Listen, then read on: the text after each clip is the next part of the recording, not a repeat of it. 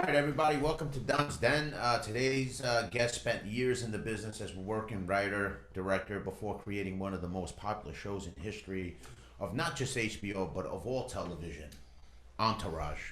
Boom. He has recently helped get the band back together, teaming up with Kevin Dillon, Kevin Connolly, as the host of Victory, the podcast. By the way, you guys are killing that. Thank you. It's my pleasure to welcome into the den Doug Ellin. Yeah, Doug. Yeah, Doug. My boy, Thanks what's for up? having me. Welcome. What's happening, Dom? We spent a lot of time. Actually, it aired today, but we spent the entire day. I don't know if you heard it yet, talking about you on Victory today. So. Dominated, yeah. You Yeah. guys. I mean, it's amazing. Dom was only on three episodes of Entourage, but we've spent 20 episodes of Victory talking about it.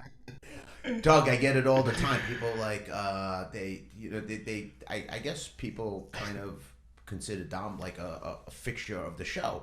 They really And did. I tell people, I go, I only did 3 episodes. They're like, no way. I'm like, yeah, only 3. That's it. You know what? You know what it was? You put an impact in, and we talked about it on our podcast, obviously. But that episode was really personal to me for a number of reasons. One, because as Dom knows, when Wahlberg introduced me to him, I was like, this guy is on this show. Like, there's just no two ways about it. Man. Then he couldn't. David Simon was on a better show, so he was not really available. But then also it was really based on my childhood and bringing one of these guys that I grew up with out there. And after it aired, I've told Dom this, but my mother called me and was like, I hated that. And I was like, what?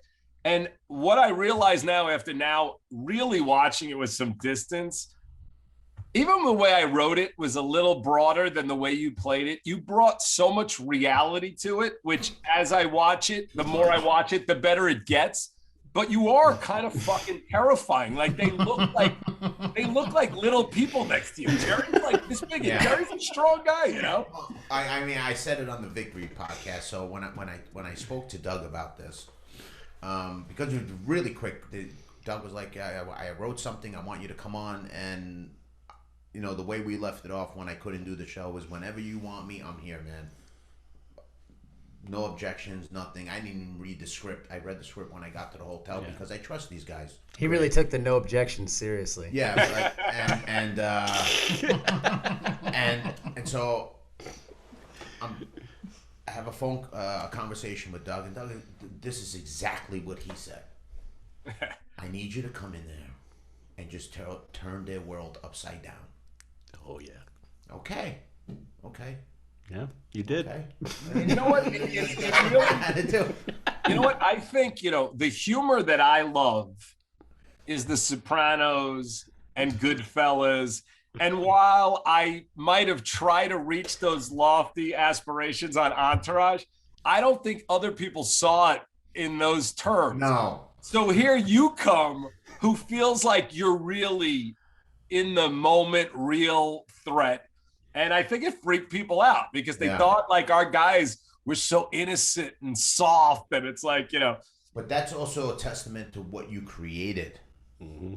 Okay? You created a show where people love these characters. Anything that was intrusive to that chemistry, people just did not like it. People just completely wrote it off. And that's because you created a show. You guys created a show of lovable guys.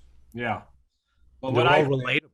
Yeah. All relatable. All yeah. relatable. But I think as it goes, I really do feel this, and whatever it's worth, your career is doing fine without the re-looking at Entourage. But I think people now, they really are starting to appreciate you. When I listen to them writing stuff in about the podcast, and they're like, I hated that when it came out. And now they get it. You're just a neighborhood guy who really, is trying his best, but is fucked up, and We all have friends like that. and I don't even know why, Dom. We said it yesterday, and for anyone who's listening, like, there was not as much nudity as people like to think in Entourage, but Dom was the naked one for 2 episodes, and the women weren't. So we saw you, which were like, I don't even know why I know you were not comfortable with it. I don't even know why I kept it in when I look back at it. Like, it's funny as shit.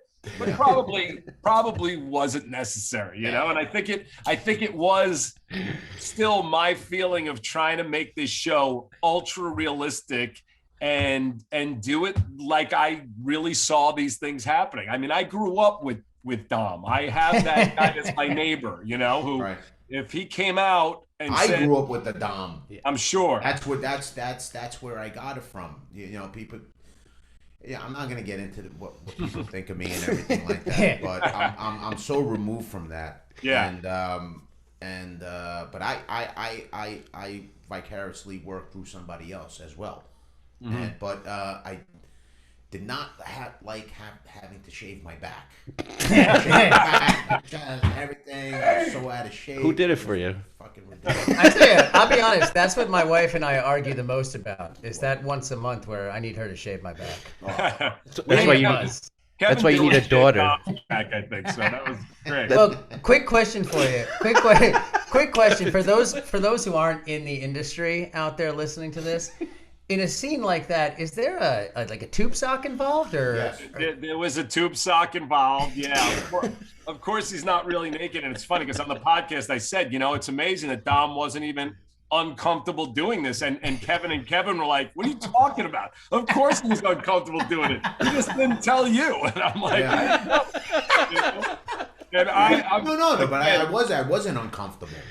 I had the sock on with tape. It's just an ass. And what was uncomfortable to me was I wasn't in shape. Oh, come on. I was out of shape. Hey, listen. How many people are in shape? Come on. It's bad enough the camera already puts 20 pounds on me. I like hover over these people. You know what? The thing is we talked about this also, but Dom is, while he's such a sweet, unassuming guy, he's a real actor. And a lot of the stuff that I do, even though it is written in acting, I don't know. I just feel like I'm just doing things and everybody's kind of playing some part of their character. But I think Dom, which, you know, we've had some brilliant actors on Entourage, and you were one of them, who really comes in, and it's not just you, and it's not, you know, and I think that's a fascinating thing. And what you talked about on ours was how you just don't judge the characters, and how you really, you know, which I wish you could have talked to the rest of the cast and threatened them the way you did on the show, because I mean, they used to drive me fucking nuts with what their character would say and wouldn't say. I'm like, how the fuck do you know what your character? Oh, wait. Here's a moment.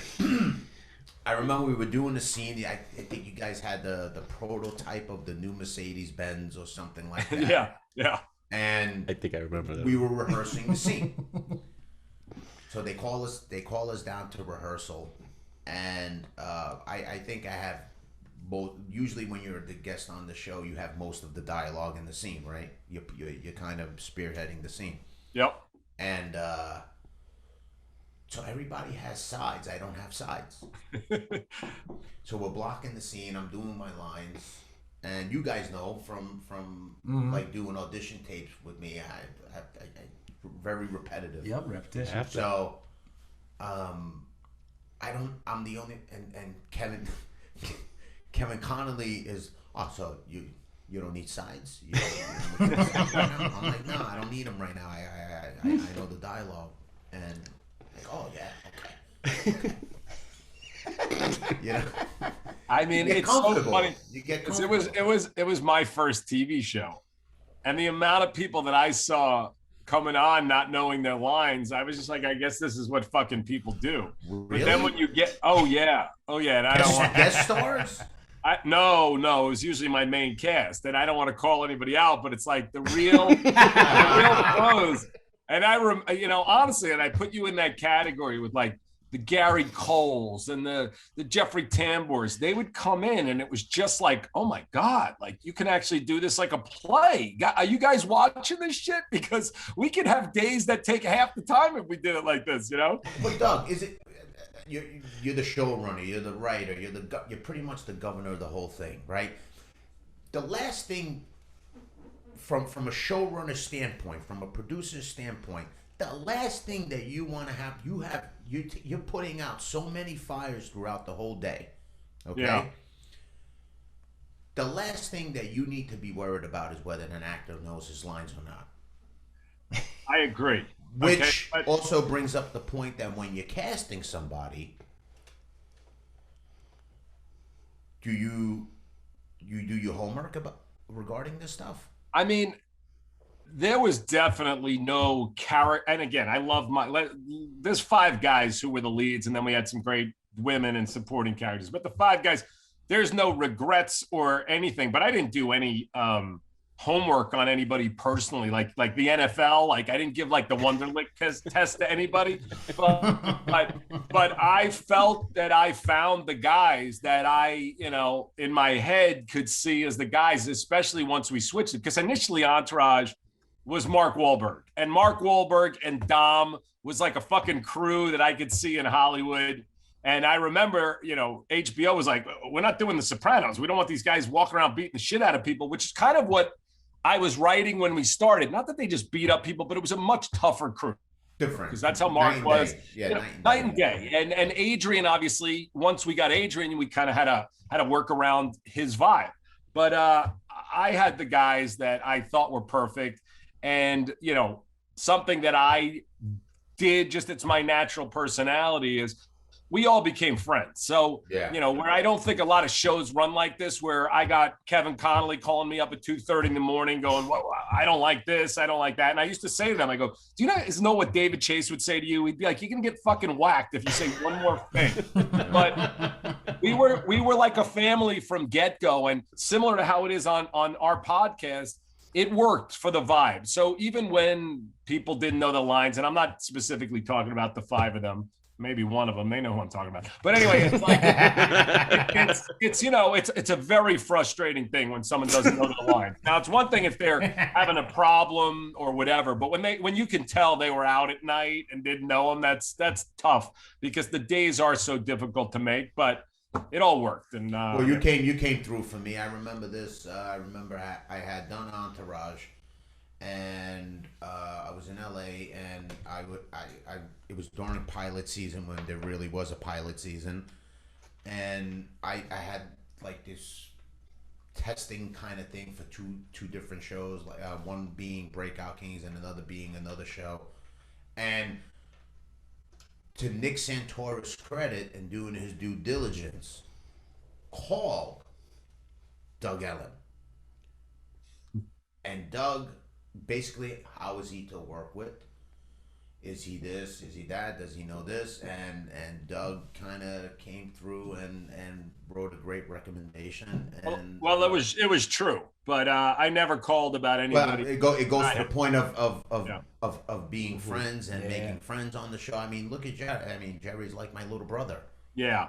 I mean, and all of them, I feel like all of them are like my brothers or cousins, but, it was a great group, and we got lucky, and we had a lot of fun. And I think even when we were working, different than some other shows might be, and it was just a fun. The set was always fun. I always had, friends on the set watching. Yeah. So it almost, while we were filming a serious thing, which was difficult and really some challenging locations, I always tried to keep it light and not take it too seriously, What? So, how does a show come about? I mean, you get an idea. So that show came about is Lev, who represents you, Steve Levinson, represented myself and Mark Wahlberg. He was my friend from college. And he, he was my manager for 10 years, and I had made 2 independent films that sold around the world. And we'll get to that. But my career literally my career was over. We'll get to that movie, but I could not get a job at anything. And a friend of mine said I should get into TV, and I really never worked with anybody except my own things. I'd made my own shorts, my own features. I mean, they were other people's, but I was kind of in charge of everything, and I just never worked within the system. And a friend of mine said, get into TV. It's a more stable, more lucrative at that time. And I said, how do I do that? And he told me I should write a spec script for my favorite show, which it's nuts to think this is 17 or 18 years ago, and that show was Curb Your Enthusiasm. And I wrote a script. And I wrote a script in like 2 hours, just because that show just spoke to me and I got it. And I never wrote an Entourage script in 2 hours, by the way. I wish I could have. So I wrote the script. Yeah, but I wrote the script and I gave it to Lev. And Lev is like, who's, again, was my manager for a decade. And he's like, I guess it reminded him that I could write. You So wrote he's this. it's pretty solid. It's pretty solid.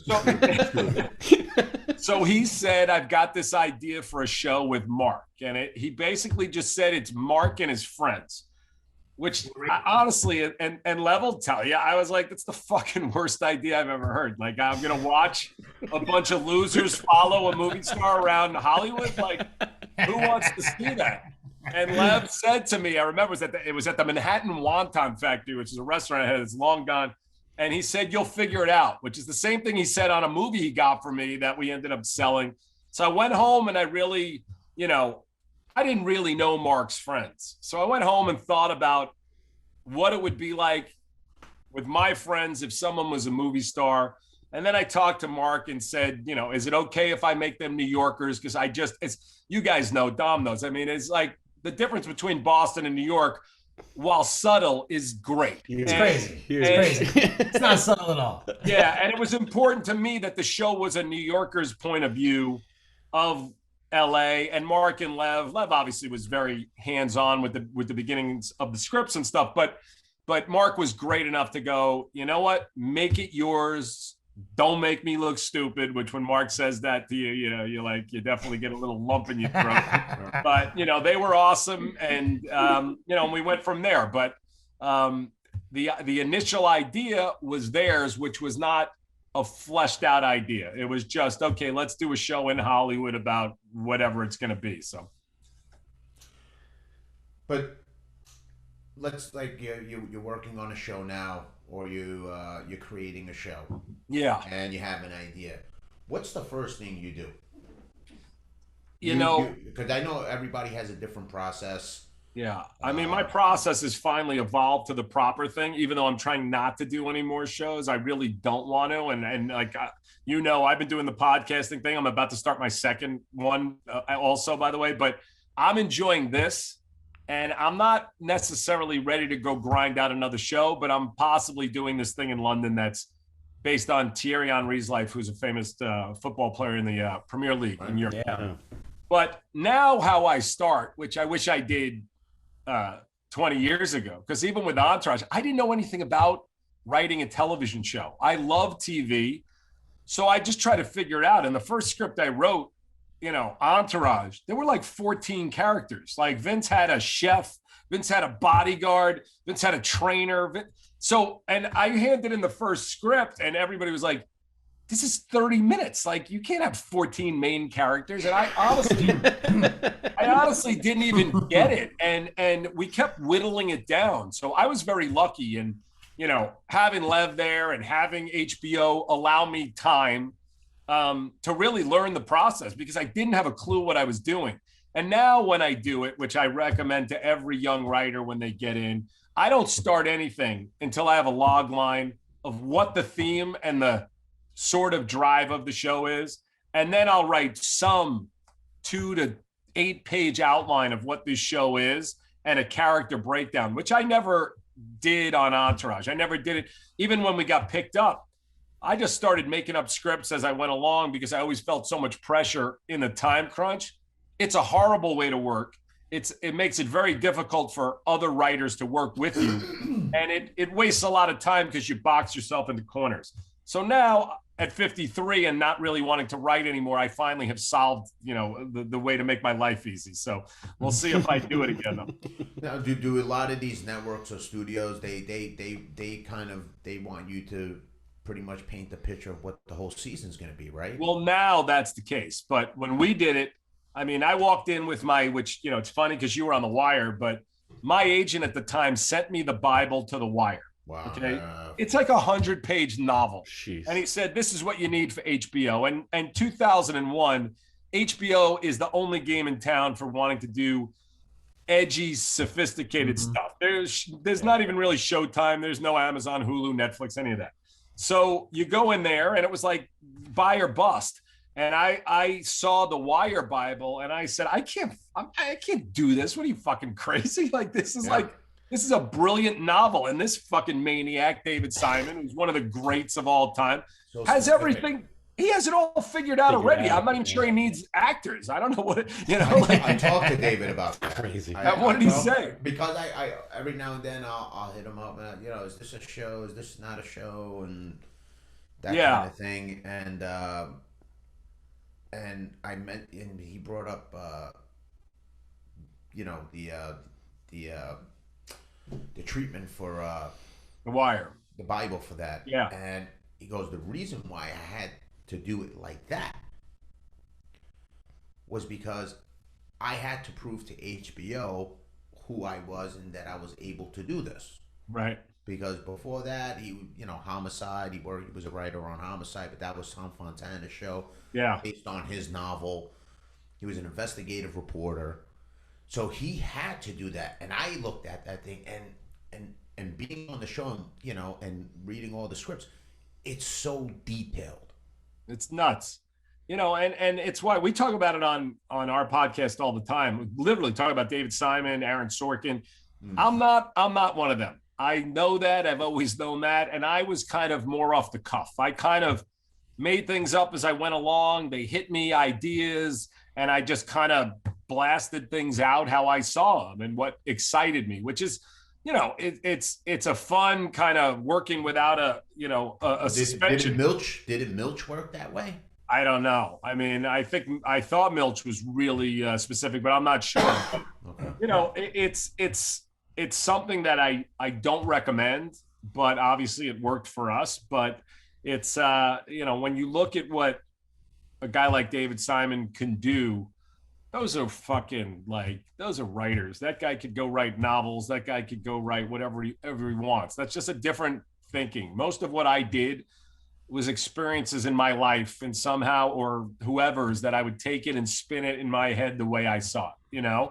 Right. So that's kind of how I went about it. But I think everybody's got a different process. But to me, the right process is to get what you're trying to achieve first. And I think insecure writers often, which I was back then, start to write without thinking, and then kind of say, you know, you always hear young writers when they're like, I'm not really sure, it's this, but I don't want to be locked into what it's about.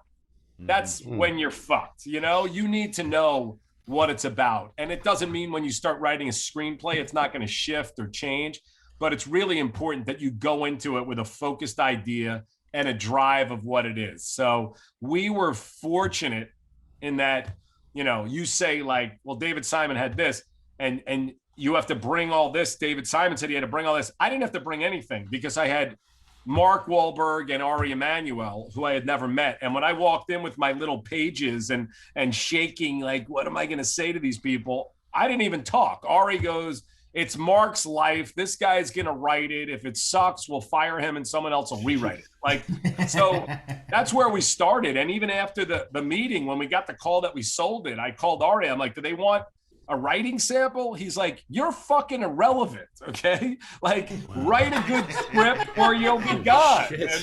And that's how it went. And I really did. For the first 2 years, it was a brawl to even maintain my position. And it wasn't really until after the pilot that it was solidified that I'm going to run this show. And even then, when they picked us up for 7 episodes, I went home and was like, I don't have a fucking clue what this show is. It took 2 years to get this pilot going. Like, what am I going to do with these guys every week? You know, I really didn't know. And it's a very challenging thing to come up with stories every week. Even the shows you hate, someone is busting their ass trying to figure out what can happen this week to that week. So. Well, you nailed it though when you talk about like writing from personal experiences, because that's the huge thing. That's why, I mean, I always find, like, you know, you write from personal experiences, you take those situations, and the power of exaggeration is what makes it. I mean, I'm sure you have a notebook, and when shit happens, you just write things down. Yeah, I mean, look, I started as a stand-up comic, but, you know, again, there's different kind of writers. There's guys like David Simon. I mean, I know he was a cop and lived in that world and stuff, but usually there was some element of me in what was happening with almost everybody on Entourage and most of the things I write. But then there are other writers who are creating things that I can't even, like when someone says, would you ever, you know, we did Aquaman on the show. Wouldn't you want to do Aquaman? I wouldn't even have a clue I wouldn't even be able to think about like how to do Aquaman. You know what I mean? So So Wait. I don't. You wouldn't do Medellin? What? Medellin would be something closer to what you can do. You can do that one. that I could understand to some degree because I grew up in a town with gangsters and drug dealers and things like that. But I'm just saying I would still bring some element of how I see things. So I think there are different kind of writers, and then there are the people that can do it all, like a Scorsese, who can somehow imagine worlds that he's never lived in. But I'm usually in the world of stuff that I've seen or lived in some form, you know? So the podcasting has really, you got this pop. I love it. Now. You like it. I mean, it's like when I was a kid, people said you should do a talk show, and I wanted to be a comic. That's what I came out to do. Yeah, I didn't know anything about directing or any of this stuff. So when we started this, and about 8 years ago, Jeff Garland, it all comes back to Kerr, but he was on Entourage, and he's like, "You and I should do a radio show." And I grew up, I hated my voice. I'd hear it on the answering machine. I'd be like, "Oh, I hate it." Yeah. And now I got used to it. I like it a little bit, but I enjoy this. And what's to me, and I say this to all young people who are doing this, it's a creative outlet that nobody else has any control over. And the stuff that we have to deal with and the amount of blockage there is to us able to be creative. I mean, when I think about it, people are like, why don't you write more? And I wrote so much on Entourage because there were deadlines. If someone said, take your time, we would have done like 3 episodes in 25 years. But when there's a deadline, you have no option. So as a lot of us know in Hollywood, if you're not getting hired to do something, days can disappear rapidly. And I like this because I can make my own times and I can make my own things. Obviously, you want people to listen and enjoy it as well, but it's the same with the writing. The difference is I'll take 2 years to get a real screenplay going, and then 3 people will fucking say they don't like it, and it's over. It's like, go throw it in the trash. So I really like the whole world now for everybody with the internet and all the ways to distribute stuff.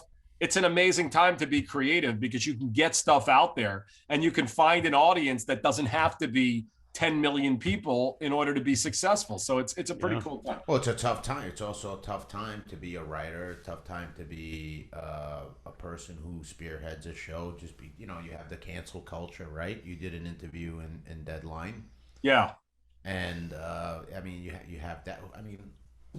Who wants to deal with that? Yeah, I mean, I don't, like what I said that came out in Deadline, I didn't say, I believe that social justice, equality, and all that stuff is the right motivation. I follow you on Instagram. No. You were on that.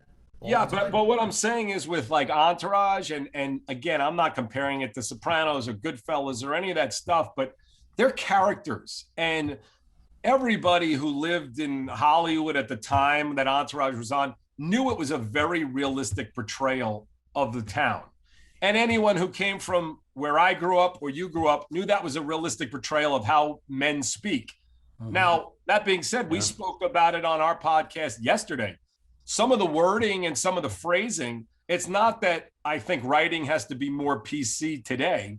It's just that hopefully a group of 25 to 30-year-old men wouldn't say some of the things today that they said then, not because they've changed, but because they've evolved to know that there's just shit that you wouldn't say. I mean, specifically we talked about, a word, I don't even like to say it because whatever, the word retarded was a word I'm sure Dom. We grew up, kids said it, they didn't mean it as what it is, but at the end of the day, season 3 of Entourage, the chairman of Fox called me up and said, listen, I love the show.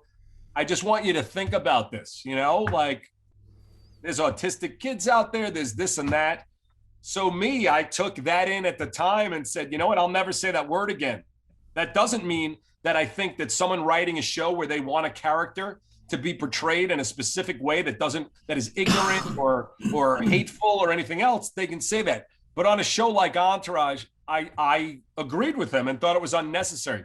And when I look back at it now, I don't think it would be more PC, but it would evolve and the guys would be equally as funny without saying some of the words that I believe they wouldn't say today. So I'm not, the cancel culture doesn't scare me. the revisionist history is what bothers me. And looking back at stuff at a time and trying to debate it. And what I said to the article that they left out, Entourage was Obama's favorite show. And I am thrilled and proud to always say that. And, That's awesome. You know, and that's Googleable and out there. And we were supposed to go to the White House and screen it. And so when guys like, you know, John Oliver wants to fucking 10 years after we're off the air, take a crack at Entourage, I'm like, you're such a jerk off. We got the same Emmy nominations from the same fucking losers that you get them from. So they may decide you're not funny one day. And, you know, I just don't like to look back on that. That being said, you can look back on a show and go, I don't find it funny anymore. And that's okay, because some things don't stand the test of time. You know, what would they say about All in the Family, the Jeffersons? I was just gonna, Dom. I was just gonna say that. I mean, All in the Family. You wouldn't put a show out like that today, but. Well, you know what? Here's my point. Here's my point. It gets the You point. need to make fun of the That's what I'm saying. stupidity that's out there. Like, you need your Archie Bunkers. You need your George Jeffersons. I don't think those are going anywhere. If you watch, I'm even watching Cobra Kai, Johnny on Cobra Kai is completely politically incorrect because that's who he is. And he's a character, and people, it's worked for people. My point is you don't judge the behind the scenes guys, but by what characters are saying. Amen. And if you get into art, you either like it or you don't. And I'm not putting myself in the category of any of those people. But my point was, I'm not scared of the cancel culture at all. I'm annoyed by revisionist history, but great writers, artists, comedians, Dave Chappelle, are going to find a way to push the envelope in ways that are brilliant. And some people aren't. So I don't really agree. I guess I'm not scared of the cancel culture at all. What I don't like is, even in that article you're talking about, they took my words out of context. Of course they did. I said I won't apologize for a single thing about Entourage. That being said, there are things I would write differently today because I've evolved. Society has evolved. And it's a different time. It's a different time. It's It's very interesting where they draw the line in art, because it's very easy to look back at stand-up comics and to look back at TV shows and call them misogynistic or things like that. And then you have the #1 music artist in the world is The Weeknd. And if you and I love The Weeknd, but I'm saying if you listen to his albums, there's nothing more misogynistic than his albums. It's insane that singers and songwriters can get away with it, but then people on TV and film, they'll go back and they'll be the revisionist history. What I'll say is this has been going on for a long time. This is not new. I don't know why everybody's at, you know, when NWA came out and you know, Kill the Police, everyone was like, well, why was Bob Marley able to say I shot the sheriff? Nobody seemed to give a shit.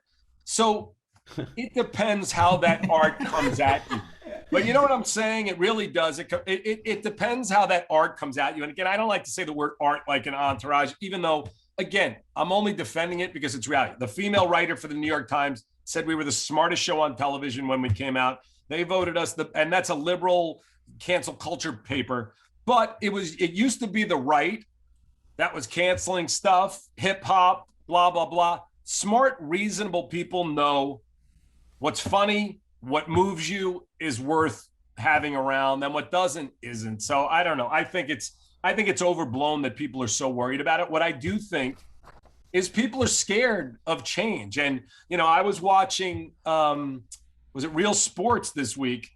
And I remember when female sports reporters were looked at like, what the fuck is this? I'm not watching a woman do sports. And now it's inconceivable to not watch Linda Cohn or, you know, Erin Andrews. So Hannah Storm. Rachel. Yeah, Hannah Storm. So it will change. And when you look at things of shows from the past and you realize that there was a large portion of the country that did not have a voice, I think it's fair for them to say that. Now, the fact that there are all these streamers gives that a whole new world. But even, you know, the first thing I tried to do after Entourage was called The Brick. It was with Mike Tyson. I got John Ridley to write the script. Spike Lee directed the pilot. And that was, honestly, that was like the entire cast was African-American. And that was 9 or 10 years ago, which was unheard of. Mm-hmm. So I think that do you think if all the allegations that came out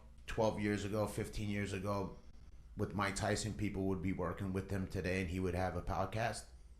I mean, if they came out today, no. Listen, if you get accused of, and I've talked to some criminal friends of mine about like why do certain people get away with stuff? Mike didn't. Mike served his time in jail. Exactly. That's my point. He did his time, whether he was falsely accused or not. He did his time.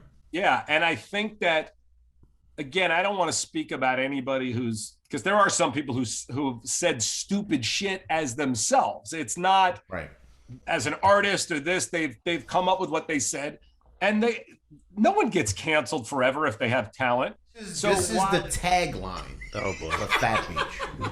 I did not come up with the tagline. Okay. No. You gotta own it. You gotta own it. No, I don't. No, I love it. I actually may do this podcast with This Brian. could be me. I may do this new podcast with Brian Hooks, who was in Fat Beach. But Fat Beach, I was 3 weeks out of film school, had made a short film. It was a short film, yeah. And I got a call. Hey, you want to direct this movie called Fat Beach? And I was like, Fat Bitch? And I had no idea what it was or why me, but the producer, who was African-American, saw my short film, thought I was funny, and I put this movie together. We shot it in 11 days. It was released around the world. It still plays, so I'm proud of it. Chris Rock used to make fun of it in his stand-up act. I met with Ice Cube on Friday from that movie, and he thought when I got to the meeting I was going to be black. So whatever it is, I did my best to make a movie at 22. Someone paid me $11,000 to write. God bless. Direct. Are you not going to read the tagline? To read that. Come on. Nothing but a G-string?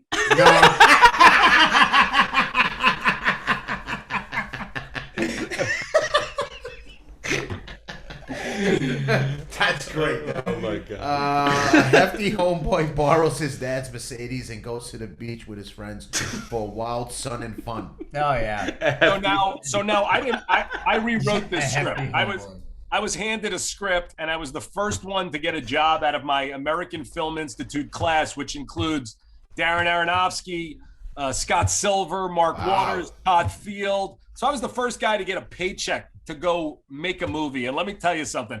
I would have made anything. We all. But again, I'm not even saying like I'm embarrassed in the movie. I'm just saying like someone was like, you're going to pay me to go on a set and like be in charge of this shit. It was pretty cool. And there's no shame. I watched it when I was a kid. I watched Fat Beach. Coolio was in it. Coolio was in it, and Jermaine Hopkins, who's awesome. And a kid from Lean On Me was in it. That's Jermaine Hopkins, yeah. And Scott Venner, who did the music for Entourage, acted in it. And Mike Young acted in it, who's a friend of Domino's. Shabaka. Sasquatch. A.K.A. Sasquatch. I got to send him some razors every now and then. Just to break his chops. I should get him a membership. To the Dollar Shave. You need the razor. I love Mike Young. Mike, if you're out there, big shout out to Mike Young. Very funny guy, man. Out there hustling every day with his comedy, man. So, directing. Yeah. You gonna ever go back to that? I mean, I don't know what I'm gonna go back to. I'm so, if this show goes, I'm probably gonna do that. I would love for you to really get back into that. I love being on the set. I don't like writing all that much anymore. I'm not sure I ever did, to be honest with you. But, if this show goes, then I'll direct. But I'm not actively pursuing it. You're a great director. I appreciate it. Direct, but I would love to be directed by you because I've seen how you are around actors and stuff like that. And I appreciate it. You know what it is, Dom? This business is like the art form that I wish I could do is like James Taylor. Take a guitar and sing songs and not deal with anybody else. The amount of people that you have to put up with to go make a movie.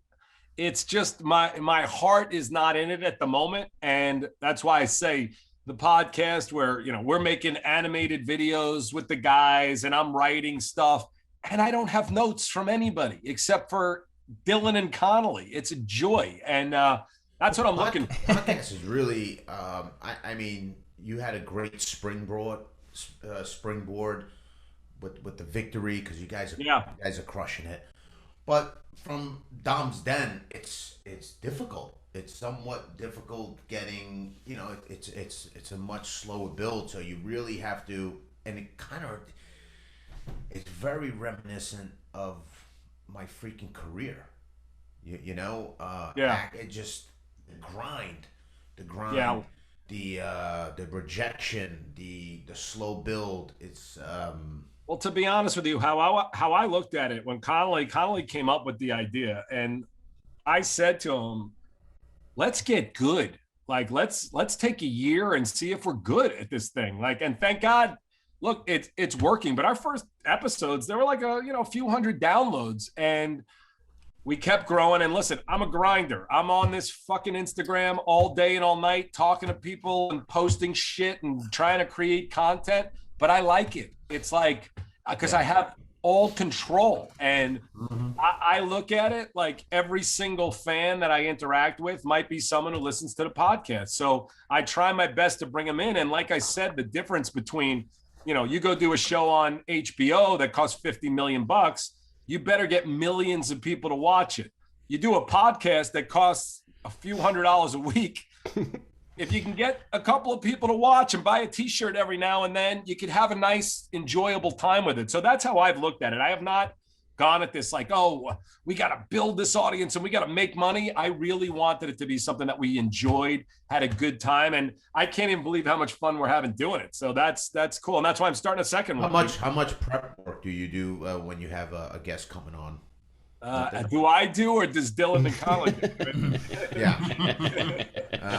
When we have a guest on, I prep. I'm not going to say it's hard work, though. Like I keep saying to them, I now really get talent versus behind the scenes, because the grind of running a show, directing, producing, those are serious grinds. For me to have, we had Julius Randle on a couple of weeks ago. For me to spend some time learning about Julius Randle is not work to me. That's like a fucking joy. Yeah, buddy. So I don't. That's what this is for me. That's talking to you, talking to other people that I bring on. So I don't find it a grind. This second podcast I'm starting, everyone's like, how are you going to do all that? I'm like, I work like an hour a week. What are you talking about? It's like, this is, like, how am I going to make money is a different question, but how am I going to get it done is not the issue. Do you hear that vacuum going on or no? No. I don't hear anything. No. Well, Doug, no Roomba. You're in Dom's hot seat, so I'm going to fire off some questions. What's one of your biggest pet peeves? I mean, I fucking, even though I am a negative person, I hate negative people. They're like my biggest pet peeve, like haters, naysayers.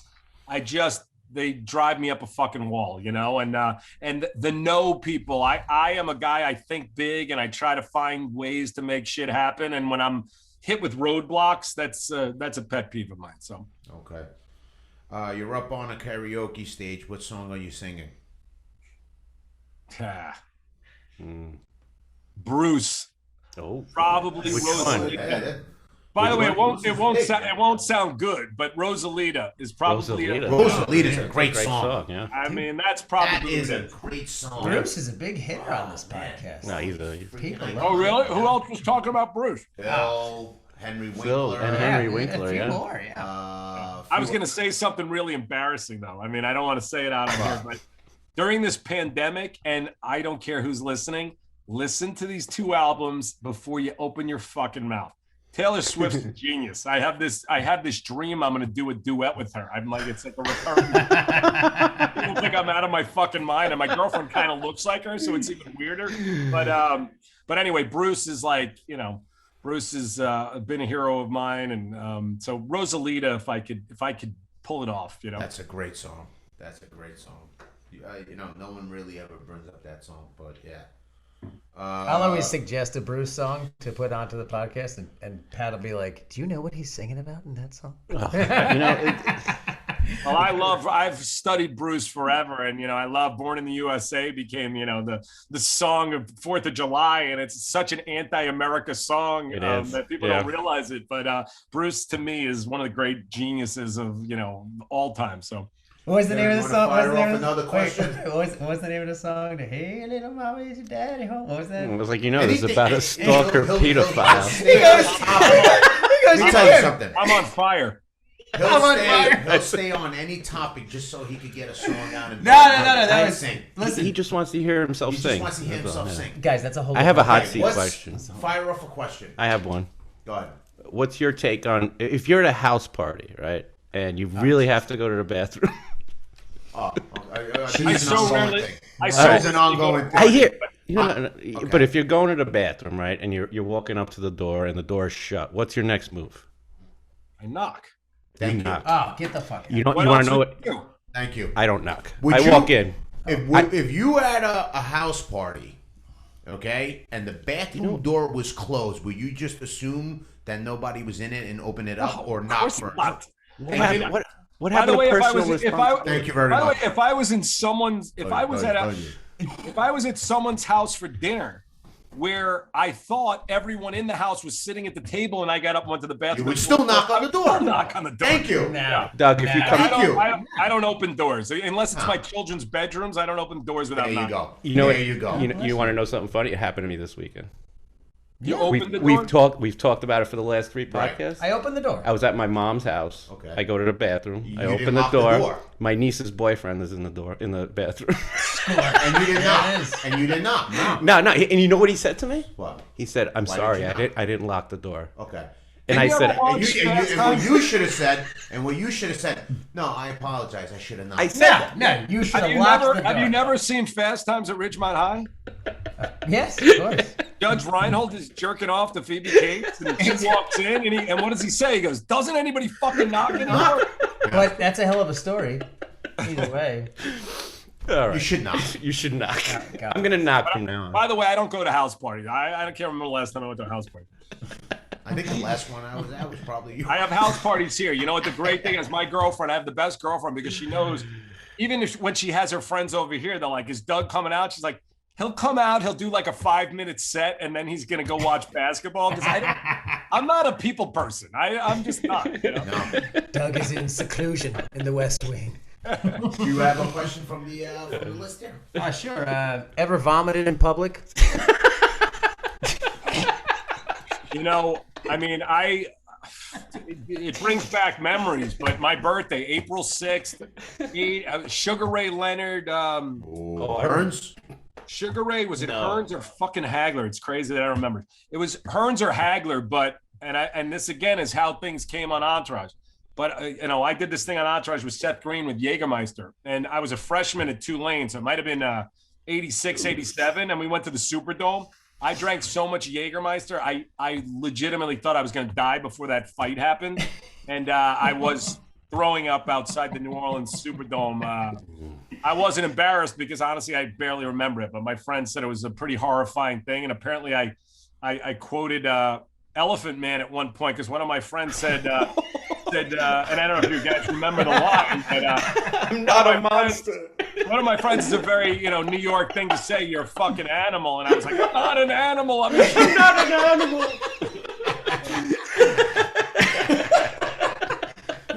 No, we've all been there. We've been there. That's good. That's a long time ago, though. I barely drink anymore. I'm an edibles guy now since this pandemic. It's much easier on the stomach. Oh my God, I'm never hungover. It's great. No, I don't like. You can't turn back from that. You know, Yeah, no, you can't. You just can't turn back. It's like making I don't commit to anything for 4 hours. You got to take the right. Yeah.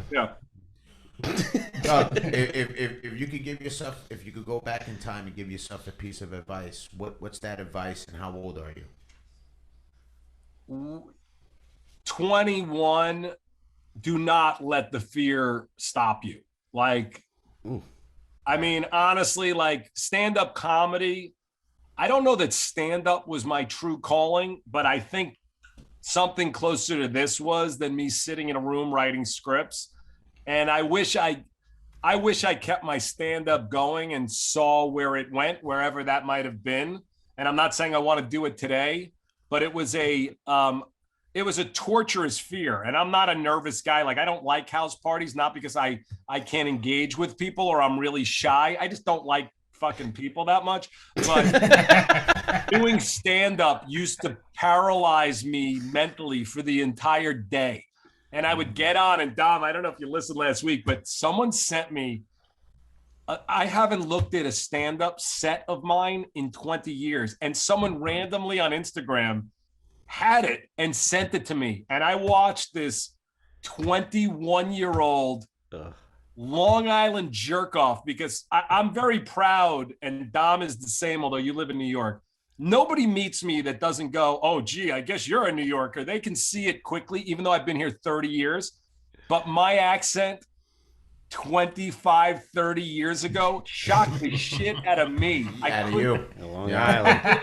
But I looked at it, and while some of my jokes were horrifically badly written, I felt like I had a presence, and I wish it didn't torture me the way it did. Because I used to get on stage, I had a drink. It was so nerve-wracking to me. And the same with, I think, Dom, we spoke about this, but I auditioned because I wanted to be Seinfeld. Like, that's, I wanted to have a sitcom and like fucking whatever.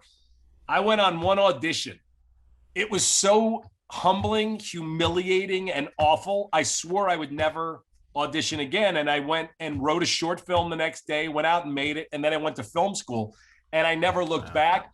And it's not that I want to be an actor, but I wish I at least tried, and I think that a lot of the stuff in this business is fear-based, and you kind of go, even Entourage, probably when Lev and Mark said, oh, it's this, my first reaction has always been, nah, I don't like that. And that's usually insecurity. How am I going to make that work? What am I going to do? So that's what I would attempt to say to myself, Maybe you should create a show where you can incorporate yourself. You know what? I've thought about it, but that's what I'm trying to do with the podcast. That's what I like. And I like to just talk, and I don't like to sit there and analyze my dialogue over and over. And again, everybody can look at it however they want. Maybe David Simon fucking sat there and was like, bah, bah, bah. I used to go over every syllable of every line, and I'd sit in the room at 4 a.m. and go, what's Johnny Drama going to say today? My ex-wife would be like, fucking stop thinking about this at 4 o'clock in the morning. So it becomes a very all-consuming thing, which is also something I would give advice to. You need to find a balance. It's absolutely the balance. The balance is important. The balance is very important because it's very overwhelming. Yep.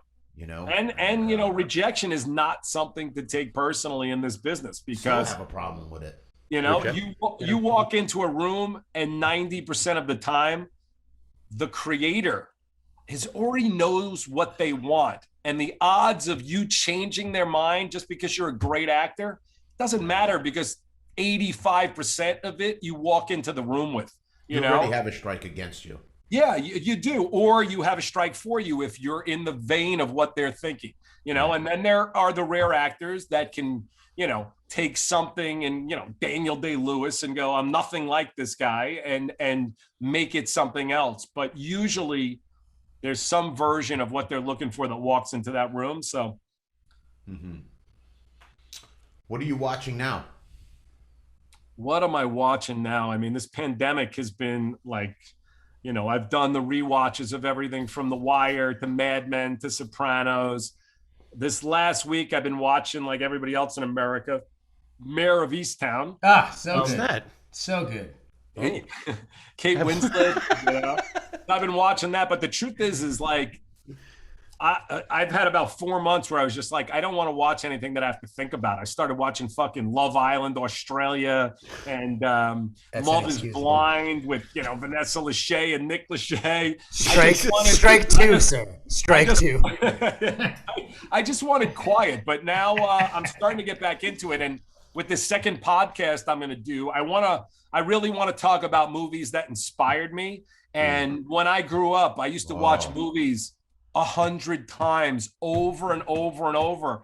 And I remember when my father, I used to be like, let's watch Airplane again. He'd be like, how many fucking times can you watch this movie? And now I get it, because I don't often like to look at movies I've seen before, but now I'm going to start really analyzing them and breaking down why they were so important to me. So I want to start watching this list that I have of great movies and TV shows that I love. But you got to hit me up. You got to hit me up. I got some good ones. Good. Maybe we'll sit down. Actually, I want to do this. What's on the list? What's on the list? Yeah. And I did. This is right off the cuff. I can tell you the list. Yeah. No, it's not this. I want to give you an actor's name, and I want you to give me the first movie that associates that what a movie that first comes to your mind. The actor's name? Play along. The actor's name. Yeah. Go ahead. Okay. I'm gonna guess who you're gonna say. Is it Steve Gutenberg? I thought he was gonna say De Niro. I felt it. I felt De Niro. No. I wasn't. Gene Hackman. Young Frankenstein. Hoosiers. French Connection. Sorry. And Gene Hackman. French Superman. Connection. French Connection. Okay. We're both on the same page with You know, and you know, French Connection has, I mean, so much meaning to me. But even the fact that, you know, like William Friedkin spoke at AFI when I was there, who directed French Connection, and one Did of you read his book? I didn't read his book. Oh, you should read. You will. I will. Read I didn't even Friedkin's know about book. his book. I will definitely. The part where he talks about getting the script for The Exorcist while he's in Rome promoting. Gosh, what was the movie he did before? That was the movie with Roy Rosemary's Schneider. Baby. No, he Jaws? didn't. No, that's Polanski. Rosemary. Yeah, that's Polanski. Let's Go back to film school. Oh my God. You know what? Like, just for instance, though, how I write, I listened to the behind the scenes commentary of the French Connection, and Friedkin talked about, and I'm blanking on his fucking name now, which is embarrassing. He was coming off of that. He was doing promotion for that, and then he talks about how he got the script for The Exorcist. Right. And he blew off a dinner, a meeting. He could not leave his hotel room after reading that script. Calls his agent, his manager, and says, "This is my idea to do this movie." It's like, even when you're reading it, because I did the audio book, and you hear Freaking talk about this. The tempo of his voice, everything, his energy completely changes. I think he talked about punching the priest in the DVDs he did, but you know what he did? What he did on The Exorcist? He smacked him. What he did on French Connection, though, which I used, he cast the wrong actor. The guy ultimately won the Academy Award or got nominated, but he wanted somebody else who he saw in another movie, told his producers to go get him, and they hired somebody that was not the same guy, and he wanted to fire them, but they couldn't because they already cast him. So I used that on the show where Dylan Drama goes to Brett Ratner's house because Brett Ratner cast the wrong guy. He thought he was getting someone else, and he got Drama and was basically, "What the fuck are you doing here?" So that's kind of how ideas come to me. But those are the things I want to do on this new podcast. I want to look at French Connection, Exorcist, and I want to talk about how they inspired me, why these filmmakers meant something to me. I love that. Yeah, I So, yeah, Dom. Yeah, I'm a big movie buff, especially old movies. Paul Newman. Well, Paul Newman, the first things that come to mind, because again, AFI, my teacher was Stuart Rosenberg, who directed Cool Hand Luke. So that's probably, when you said it, that's the first thing that came to my mind. But, you know, I just watched The Color of Money recently, which is, So I mean, it's, by the way, like, I'm back. I didn't remember it being that good. And I think, I mean, when Werewolves of London, Cruise, whatever, but, you know, Scorsese, every fucking movie he makes gets better when you watch it a second, fourth, 12th. It really does. And and you know, so You see the layers. It levels, yeah. You see the layers. You see the character. The character, the very character driven. Yep. Some of these pieces. Yep. And you see that, and it's also because of the artistic freedom he gives the people on set. Yep. I remember working with him, and he's like, yeah, you know, and then, you know, just play here, and, you know, think of something to say just so that, you know, the camera's going to come in, you know. And by the way, that's a classic example, because Mike Young and I don't go to the movies ever anymore. Day one, Irishman, I go to the theater, it's fucking empty. fucking weird guy sits right down next to me in the empty theater. It's Mike Young, okay? Yes. Like a Tuesday at 11:30 in the morning. And I'll be honest, the first time I saw The Irishman, 2 hours in, I was like, there's another hour and a half in this movie? Are you out of your fucking mind? I have seen this movie 10 times since then, and I fucking love it. And part of me was like, am I stupid? Why did I think this movie was long the first time? And now I can literally, like Casino, like Goodfellas, I can pick up The Irishman and watch any scene, even, by the way, some of the aging scenes, which I thought were so absurd the first time I saw them. And now I just fucking love it. I think the movie's like a masterpiece. I really do. Mm-hmm. And you were obviously excellent, Doug. Thank you, buddy. Appreciate it. Just excellent. As always, Yeah. my brother. Thank you. Anytime, guys. Good luck with Thanks. everything. Outstanding. Victory's the podcast. Outstanding. Check it out. Be All good, right, man. guys. Be well. Bye, Tom. Later, I'll Doug. speak to you later. See ya. Thanks Thanks, a lot, Doug. Doug. Bye. Later, guys.